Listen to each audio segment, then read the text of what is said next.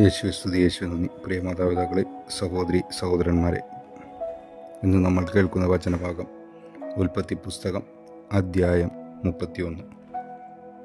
യാക്കോബ് ഒളിച്ചോടുന്നു. ലാബാൻ്റെ മക്കൾ ഇങ്ങനെ പറയുന്നത് യാക്കോബ് കേട്ടു. നമ്മുടെ പിതാവിൻ്റെ സ്വത്തെല്ലാം യാക്കോബ് കൈവശപ്പെടുത്തി. നമ്മുടെ പിതാവിൻ്റെ മുതലുകൊണ്ടാണ് അവൻ ഈ സ്വത്തൊക്കെ സമ്പാദിച്ചത്. ലാബാന് തന്നോട് പണ്ടത്തെ പോലെ താല്പര്യമില്ലെന്ന് അവൻ്റെ മുഖഭാവത്തിൽ നിന്ന് യാക്കോബിന് മനസ്സിലായി. കർത്താവ് യാക്കോബിനോട് അരുളി ചെയ്തു, നിന്റെ പിതാക്കന്മാരുടെയും ചാർച്ചക്കാരുടെയും നാട്ടിലേക്ക് തിരിച്ചു പോവുക, ഞാൻ നിന്നോട് കൂടെ ഉണ്ടായിരിക്കും. യാക്കോബ് റാഹേലിനെയും ലേയായെയും താൻ ആടുമേച്ചിരുന്ന വയലിലേക്ക് വിളിപ്പിച്ചു. അവൻ അവരോട് പറഞ്ഞു, മുമ്പത്തെ പോലെയല്ല നിങ്ങളുടെ പിതാവിന് എന്നോടുള്ള മനോഭാവം. എന്നാൽ എൻ്റെ പിതാവിൻ്റെ ദൈവം എൻ്റെ കൂടെ ഉണ്ടായിരുന്നു. എൻ്റെ കഴിവ് മുഴുവനും ഉപയോഗിച്ച് നിങ്ങളുടെ പിതാവിന് വേണ്ടി ഞാൻ പണിയെടുത്തിട്ടുണ്ടെന്ന് നിങ്ങൾക്കറിയാമല്ലോ. എന്നിട്ടും നിങ്ങളുടെ പിതാവ് എന്നെ ചതിക്കുകയും 10 തവണ എൻ്റെ കൂലിയിൽ മാറ്റം വരുത്തുകയും ചെയ്തു. പക്ഷേ എന്നെ ദ്രോഹിക്കാൻ ദൈവം അവനെ അനുവദിച്ചില്ല. പുള്ളിയുള്ള ആടുകളായിരിക്കും നിന്റെ കൂലി എന്ന് അവൻ പറഞ്ഞാൽ എല്ലാ ആടുകളും പുള്ളിയുള്ളതിനെ പ്രസവിക്കും. അതല്ല, വരയുള്ള ആടുകളായിരിക്കും നിനക്ക് കൂലി എന്നവൻ പറഞ്ഞാൽ ആടുകളൊക്കെ വരയുള്ളതിനെ പ്രസവിക്കും. അങ്ങനെ ദൈവം നിങ്ങളുടെ പിതാവിൻ്റെ ആടുകളെ അവനിൽ നിന്നെടുത്ത് എനിക്ക് തന്നിരിക്കുന്നു. ആടുകൾ ഇണചേരുന്ന കാലത്ത് എനിക്കുണ്ടായ സ്വപ്നത്തിൽ ഞാൻ തല ഉയർത്തി നോക്കിയപ്പോൾ ഇണചേരുന്ന മുട്ടാടുകളൊക്കെ പൊട്ടും പുള്ളിയും വരയുമുള്ളവയായിരുന്നു. അപ്പോൾ ദൈവത്തിൻ്റെ ദൂതൻ സ്വപ്നത്തിൽ യാക്കോബെ എന്ന് വിളിച്ചു. ഇതാ ഞാൻ എന്ന് ഞാൻ വിളികേട്ടു. ദൂതൻ പറഞ്ഞു, തല ഉയർത്തി നോക്കുക, ഇണചേരുന്ന മുട്ടാടുകളെയെല്ലാം പൊട്ടും പുള്ളിയും വരയുമുള്ളവയാണ്. ലാബാൻ നിന്നോട് ചെയ്യുന്നതൊക്കെ ഞാൻ കാണുന്നുണ്ട്. നീ കൽത്തൂണിന് അഭിഷേകം ചെയ്യുകയും വ്രതമെടുക്കുകയും ചെയ്ത സ്ഥലമായ ബേതേലിലെ ദൈവമാണ് ഞാൻ. എഴുന്നേറ്റ് ഇവിടം വിട്ട് നിന്റെ ചാർച്ചക്കാരുടെ നാട്ടിലേക്ക് തിരിച്ചു പോവുക. റാഹേലും ലേയായും പറഞ്ഞു, നമ്മുടെ പിതാവിൻ്റെ വീട്ടിൽ നമുക്കെന്തെങ്കിലും ഓഹരിയോ അവകാശമോ ഉണ്ടോ? നമ്മളെ അന്യരായിട്ടല്ലേ അവൻ കരുതുന്നത്? നമ്മെ വിൽക്കുകയും കിട്ടിയ പണം തിന്ന് നശിപ്പിക്കുകയുമല്ലേ ചെയ്തത്? നമ്മുടെ പിതാവിൽ നിന്ന് ദൈവം എടുത്തു മാറ്റിയ സ്വത്തെല്ലാം നമുക്കും നമ്മുടെ മക്കൾക്കും അവകാശപ്പെട്ടതാണ്. അതിനാൽ ദൈവം അങ്ങയോട് കൽപ്പിച്ചത് ചെയ്യുക. യാക്കോബ് മക്കളെയും ഭാര്യമാരെയും ഒട്ടകപ്പുറത്ത് കയറ്റി. അവർ കാലികളെയും ആടുമാടുകളെയും തെളിച്ചുകൊണ്ട് പാതാൻ ആരാമിൽ വച്ച് സമ്പാദിച്ച സകല സ്വത്തുക്കളുമായി കാനാൻ ദേശത്ത് തൻ്റെ പിതാവായ ഇസ്ഹാക്കിൻ്റെ അടുത്തേക്ക് പുറപ്പെട്ടു. ലാബാൻ ആടുകളുടെ രോമം വെട്ടാൻ പോയിരിക്കുകയായിരുന്നു. റാഹേൽ തൻ്റെ പിതാവിൻ്റെ കുലദേവന്മാരുടെ വിഗ്രഹങ്ങളെല്ലാം കട്ടെടുത്തു. അരമായനായ ലാബാനെ യാക്കോബ് കബളിപ്പിച്ചു. സ്ഥലം വിട്ടുപോകാൻ ഉദ്ദേശിക്കുന്ന കാര്യം അവനെ അറിയിച്ചില്ല. തനിക്കുള്ളതെല്ലാം എടുത്തുകൊണ്ടാണ് അവൻ സ്ഥലം വിട്ടത്.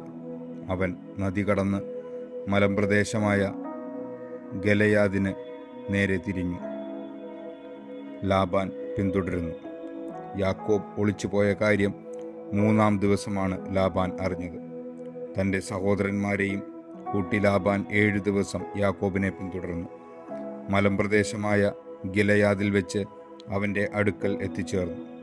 എന്നാൽ ദൈവം രാത്രി ഒരു സ്വപ്നത്തിൽ പ്രത്യക്ഷപ്പെട്ട് അരമായനായ ലാബാനോട് പറഞ്ഞു, നല്ലതോ ചീത്തയോ ആയ ഒരു വാക്കുപോലും യാക്കോബിനോട് പറയാതിരിക്കാൻ സൂക്ഷിച്ചു കൊള്ളുക. യാക്കോബ് മലമ്പ്രദേശത്ത് കൂടാരമടിച്ചിരിക്കെ ലാബാൻ അവൻ്റെ മുൻപിൽ കടന്നു. തൻ്റെ ചാർച്ചക്കാരുമൊത്ത് ലാബാനും ഗിലയാദിലെ മലമ്പ്രദേശത്ത് കൂടാരമടിച്ചു. ലാബാൻ യാക്കോബിനോട് ചോദിച്ചു, നീ എന്താണ് ഈ ചെയ്തത്? എന്നെ കബളിപ്പിച്ച് വാളാൽ നേടിയ തടവുകാരെ പോലെ എൻ്റെ പെൺമക്കളെ കൊണ്ടുപോകുന്നത് എന്തുകൊണ്ട്? എന്നെ കബളിപ്പിച്ച് എന്നോട് പറയാതെ ഒളിച്ചോടിയത് എന്തിനാണ്? ഞാൻ ആഹ്ലാദത്തോടെ പാട്ടുപാടി കിന്നരവും വീണയും വായിച്ച് നിങ്ങളെ യാത്രയാക്കുമായിരുന്നല്ലോ. എനിക്ക് എൻ്റെ പുത്രന്മാരെയും പുത്രിമാരെയും ചുംബിക്കുന്നതിന് അവസരം തരാഞ്ഞതെന്ത്? നീ ബുദ്ധിശൂന്യമായിട്ടാണ് പ്രവർത്തിച്ചത്. നിന്നെ ഉപദ്രവിക്കാൻ എനിക്ക് കഴിയും, എന്നാൽ നല്ലതോ ചീത്തയോ ആയി യാതൊന്നും യാക്കോബിനോട് പറയാതിരിക്കാൻ സൂക്ഷിക്കുക എന്ന് നിങ്ങളുടെ പിതാവിൻ്റെ ദൈവം കഴിഞ്ഞ രാത്രി എന്നോട് പറഞ്ഞു. പിതാവിൻ്റെ വീട്ടിലെത്താനുള്ള തീവ്രമായ ആഗ്രഹം കൊണ്ടാണ് നീ പോകുന്നതെങ്കിൽ എൻ്റെ കുലദേവന്മാരെ കട്ടെടുത്തത് എന്തിന്? യാക്കോബ് ലാബാനോട് പറഞ്ഞു, അങ്ങയുടെ പുത്രിമാരെ അങ്ങ് ബലം പ്രയോഗിച്ച് എന്നിൽ നിന്ന് പിടിച്ചെടുക്കുമെന്ന് ഞാൻ ഭയപ്പെട്ടു. അങ്ങയുടെ ദേവന്മാർ ആരുടെ കയ്യിൽ കാണുന്നുവോ അയാൾ മരിക്കട്ടെ. അങ്ങയുടേത് എന്തെങ്കിലും എൻ്റെ കൈവശമുണ്ടെങ്കിൽ നമ്മുടെ സഹോദരങ്ങളെ സാക്ഷി നിർത്തി തിരിച്ചെടുത്തുകൊള്ളുക. റാഹേൽ ദേവന്മാരെ മോഷ്ടിച്ച വിവരം യാക്കോബ് അറിഞ്ഞിരുന്നില്ല. ലാബാൻ യാക്കോബിൻ്റെയും ലേയായുടെയും 2 പരിചാരകന്മാരുടെയും കൂടാരങ്ങളിൽ പരിശോധിച്ചു. അവ അവിടെയെങ്ങും കണ്ടില്ല. ലേയായുടെ കൂടാരത്തിൽ നിന്ന് പുറത്തു കടന്നു അവൻ റാഹേലിൻ്റെ കൂടാരത്തിലേക്ക് ചെന്നു. റാഹേൽ വിഗ്രഹങ്ങളെടുത്ത് ഒരു ഒട്ടക ഭാണ്ഡത്തിൽ ഒളിപ്പിച്ച് അതിൻ്റെ മേൽ കയറിയിരുന്നു. കൂടാരത്തിലെല്ലാം തിരഞ്ഞിട്ടും അവൻ ഒന്നും കണ്ടെത്തിയില്ല. റാഹേൽ പിതാവിനോട് പറഞ്ഞു, അങ്ങയുടെ മുൻപിൽ എനിക്ക് എഴുന്നേൽക്കാൻ കഴിയാത്തതിനാൽ അങ്ങ് കോപിക്കരുതേ. എനിക്കിപ്പോൾ മാസമുറയാണ്. ഞാൻ തിരഞ്ഞെങ്കിലും വിഗ്രഹങ്ങൾ കണ്ടെത്തിയില്ല. അപ്പോൾ രോഷാകുലനായ യാക്കോബ് ലാബാനോട് കയർത്തു. അവൻ ചോദിച്ചു, എൻ്റെ പേരിലുള്ള കുറ്റം എന്താണ്? ഇത്ര ആവേശത്തോടെ എൻ്റെ പിന്നാലെ പാഞ്ഞു വരാൻ എന്തു തെറ്റാണ് ഞാൻ ചെയ്തത്? എൻ്റെ സാധനങ്ങളൊക്കെ പരിശോധിച്ചില്ലേ? അങ്ങയുടെ വീട്ടുവകകളിൽ എന്താണ് അതിൽ കണ്ടെത്തിയത്? അങ്ങയുടെയും എൻ്റെയും സഹോദരങ്ങളുടെ മുൻപിൽ അവയൊക്കെ നിരത്തിവെക്കുക. അവർ വിധി പറയട്ടെ. 20 കൊല്ലം ഞാൻ അങ്ങയുടെ കൂടെ ഉണ്ടായിരുന്നു. അങ്ങയുടെ ചെമ്മരിയാടുകൾക്കും കോലാടുകൾക്കും ഗർഭഛിദ്രം സംഭവിച്ചിട്ടില്ല. അങ്ങയുടെ മുട്ടാടുകളെ ഞാൻ കൊന്നു തിന്നിട്ടില്ല. കാട്ടുമൃഗങ്ങൾ കടിച്ചു കീറിയവയെ ഞാൻ അങ്ങയുടെ അടുത്ത് കൊണ്ടുവന്നിട്ടില്ല. ആ നഷ്ടം ഞാൻ തന്നെ സഹിച്ചു. രാത്രിയിലോ പകലോ കളവ് പോയവയ്ക്കും അങ്ങ് എന്നിൽ നിന്ന് നഷ്ടപരിഹാരം ഈടാക്കിയിരുന്നു. അതായിരുന്നു എൻ്റെ സ്ഥിതി. പകൽ ചൂടും രാത്രി തണുപ്പും എന്നെ കാർന്നു തിന്നു.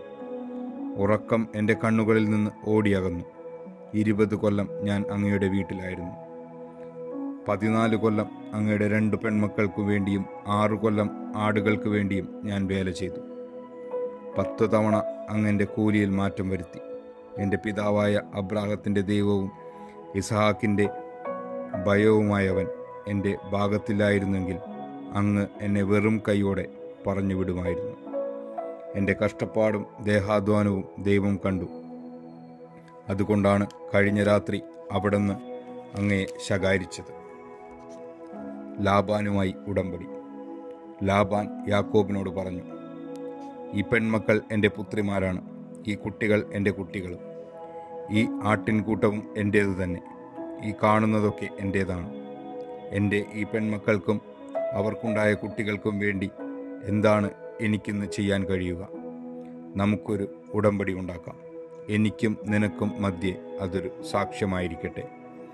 അപ്പോൾ യാക്കോബ് ഒരു കല്ലെടുത്ത് തൂണായി കുത്തി നിർത്തി. കല്ല് പെറുക്കി കൂട്ടുക, യാക്കോബ് തൻ്റെ ചാർച്ചക്കാരോട് പറഞ്ഞു. അവർ കല്ലെടുത്ത് ഒരു കൂമ്പാരം കൂട്ടി.